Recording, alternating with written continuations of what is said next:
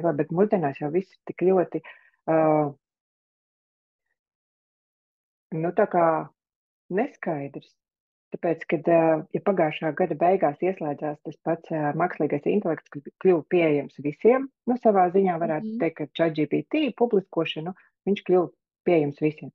Un šobrīd, jebkurš var ļoti lielā ātrumā izveidot savu uzņēmumu no nulles. Paņemsim, tagad stāties priekšā, es izdomāju, es tagad gribu taisīt dropshippingu, jeb kā tas saucās latviski, kad es nopērku kaut ko Ķīnā, uzdrukāju savu logo un tirgoju, pieņemsim, Eiropā, ja. Es varu ieiet ChatGPT un uzrakstīt, es gribu, taisīt dropshippingu, vēl kaut ko, mana auditorija, tas un tas, pasaki, kādus man produktus ņemt, kādu uzcenājumus var likt, uztaisi man schēmu, uztaisi man iepirkumu schēmu, uztaisi man iepakojums, uztaisi man logo, uztaisi man customer reviews, uztaisi man userus, uzģenerē fejkos cilvēkus. Principā tu vari uzģenerēt vienkārši mākslīgo intelektu visu produktu tirzniecības, atsauksme, piegādes, visu schēmu, vienkārši ar mākslīgo intelektu ļoti, ļoti īsā laikā. Un cilvēkam, kas ir lietotājs, kā viņš var pateikt, vai tas, kas tur stāsta to produktu un rāda, vai tas ir robots vai nē. Un tad arī rodas jautājums, arī daudz uzņēmumu pērk atsauksmes, ja? Tur samaksā, pieņemsim, kaut kādām tur, kaut kādai vecuma grupai, kam interesē tas produkts, ja, par to, ka viņš viņu lieto, un par to viņam ir jāsniedz atsauksmi, viņš saņem produktu par brīvu. Un tā ir principā samaksāšana. Ne?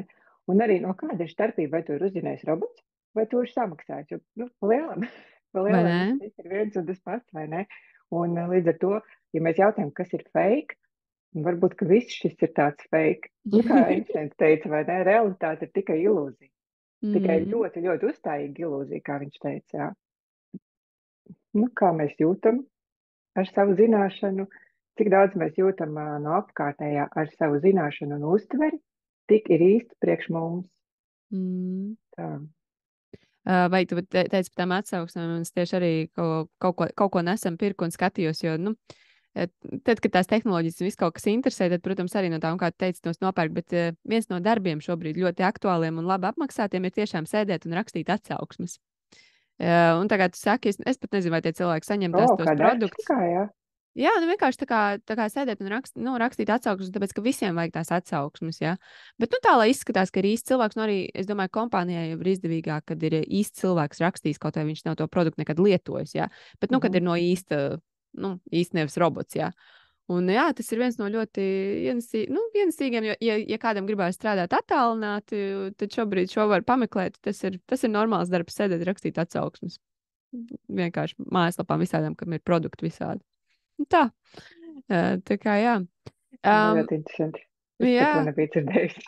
Ir, tur, zini, kas tad, kad iet pie visādiem, kas stāsta par lietām, kur strādāt attālināti, viņš iet, parasti zem tiem apakšā ir tāds, hops, kur ir, jā. Jautājums tev, kur arī, pieņemsim tā kā man, es pieļauju, es varētu reģistrēt OMSam kā trademarku, jā, un tad neviens nevar izmantot OMSam. Kas ir vēl tas, ko, pieņemsim, es vai citi coachi vai kas taisa online kursus, ko mēs varam piereģistrēt, vai es varu piereģistrēt, es nezinu, 11 AM meditācija vai kas tas ir, kas ir vēl tāds, ko es varu, jo man nav tiešām nejausmas, tī tādā praktiskā ziņā, kas ir tas, ko mēs nedrīkstam reģistrēt, kas ir iespējams, un ko tas mums dod. Kā es te domāju, saliksim plauktiņiem. Tātad sanāk tā, ka intelektuālais īpašums, kas teorētiski varētu skart kursus, ir dažāds. Viens ir preču zīmes, tas ir nosaukums, logo, varētu būt kursa nosaukums, ja viņš ir unikāls. Ja? Pieņemsim 11 AM meditācija nebūtu nosaukums unikāls, tāpēc, ka viņš parāda, ka tā ir meditācija, kas ir 11 no rīta. Ja?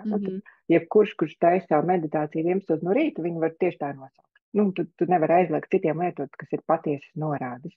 Bet pieņemsim OMSam, jā, tas ir unikāls vārds, un es pat teiktu, ka tavā preču zīme ir līdz šim neeksistējošs vārds, tāpēc viņa ir pati spēcīgākā no visām preču zīmēm. Jo preču zīmes, kuras neeksistē, tāpat kā Rolex vai Viagra, jā, tie ir vārdi, kas no jauna izdomāti, viņas ir visvieglāk aizsargāt. Un, ja kāds, pieņemsim, tu tagad pieregistrēt preču zīmi OMSam, un kāds mēģinātu arī, taisīt, tur nezinu, Omsom mājaslapu, vai ar vienu M, vai ar, vairākiem M, vai kaut kā tur viņu, mainīt, piemēram, Omsom Real, Omsom Super vai Omsom vēl kaut kas, tu varētu aizliegt viņiem lietot arī tādus domēnus ar savu preču zīmes reģistrāciju.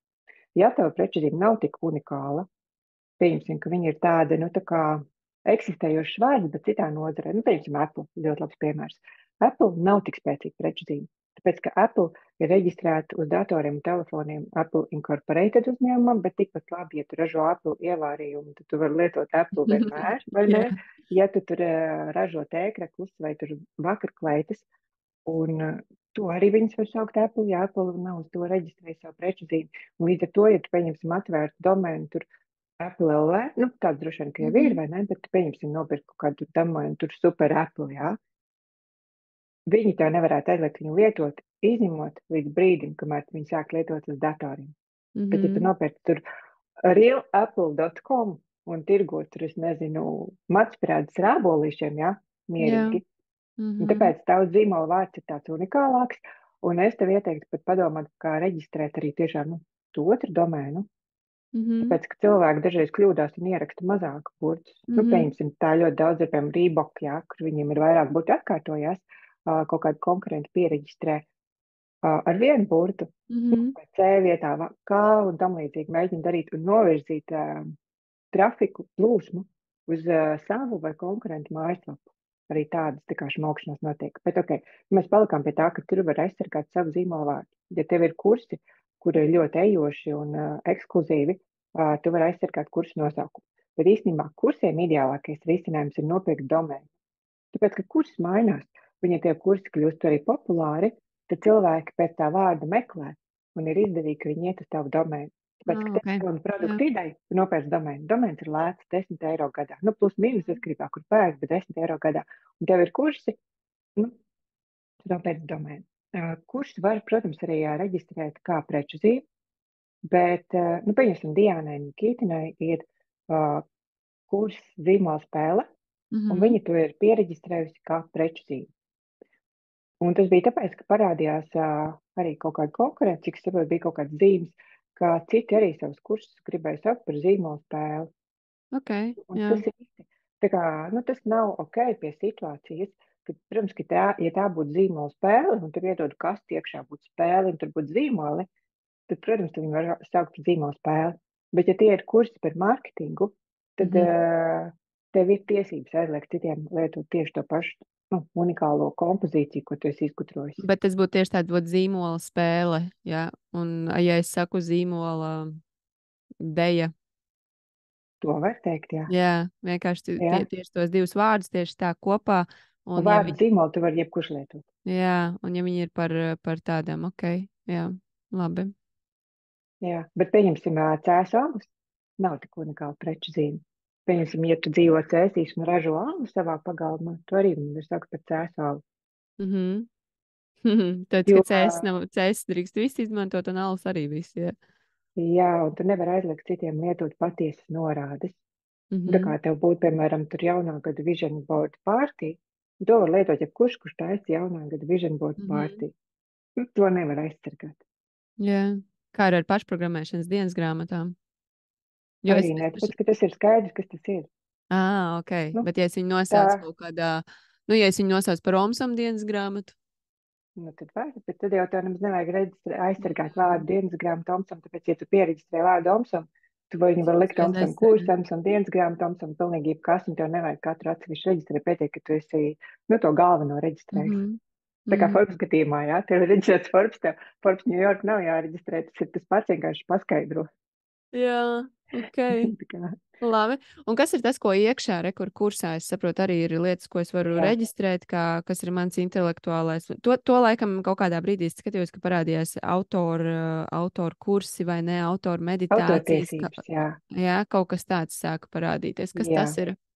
Sanāk tā, ka preču zīme ir tas, ko patērētājs redz, tas, ko patērētājs redz, vai logo, vai iepakojums, vai tas var būt arī trīsdimensionāls, piemēram, Linta reģistrējuši to savu zelta zaķīšu visās trīs dimensijās, arī kā preču zīme. Bet